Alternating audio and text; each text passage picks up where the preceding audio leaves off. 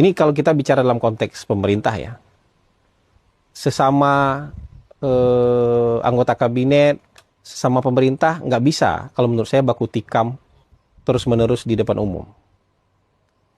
Karena itu akan melemahkan pemerintah.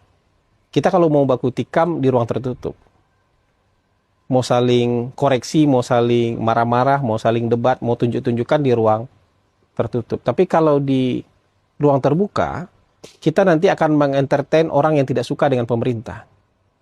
Kemudian mengatakan, wah ini bagus nih, mengentertain orang yang tidak suka dengan pemerintah. Mungkin kita nggak dapat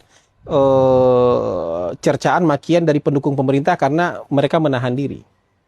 Jadi kesannya kita mendapatkan dukungan dari semua orang. Tapi lama-lama, kalau ini diteruskan, itu bisa membuat pemerintah kelihatan lemah. Pemerintah kelihatan nggak solid, pemerintah kelihatan gampang untuk dipecah belah, gampang untuk diadu domba.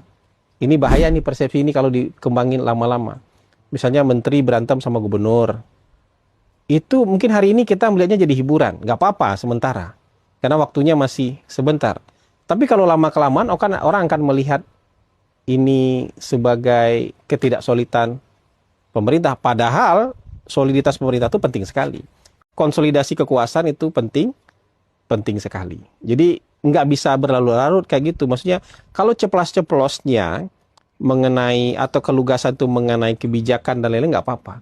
Tapi kalau saling melemahkan antar pejabat, nanti kan kita juga pernah ada yang kayak gitu.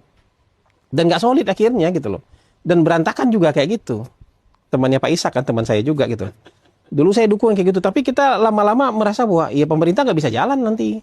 Karena ada resistensi.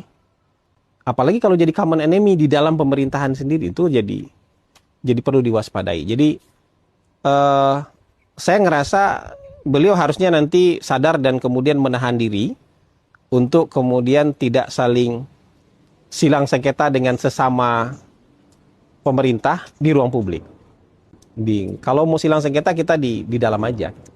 Kalau di luar nanti publik terentertain, terhibur,